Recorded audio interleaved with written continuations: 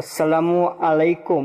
আশা করি সবাই ভালো আছেন এবং সুস্থ আছেন। চট্টগ্রামের সীতাকুণ্ডের গামারিতলা এলাকার একটি পরিচিত এবং নির্ভরযোগ্য সেবা কেন্দ্র শাহজালাল টেলিকম সেন্টার, যার পরিচালনায় আছেন মোহাম্মদ দিদারুল আলম ভাই।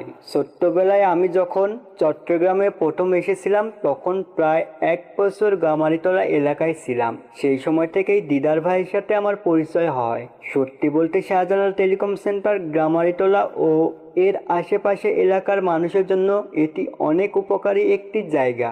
এখানে পাওয়া যায় সব ধরনের মোবাইল সরঞ্জাম, নতুন মোবাইল, সিম কার্ড সহ প্রয়োজনীয় সব কিছু। শুধু তাই নয়, বিকাশ, রকেট এবং নগদের মাধ্যমে মোবাইল ব্যাংকিং সেবাও খুব সহজে পাওয়া যায়। যাদের সিম হারিয়ে গেছে বা নষ্ট হয়ে গেছে তাদের জন্য সিম রিপ্লেসমেন্টের সুবিধাও এখানে রয়েছে।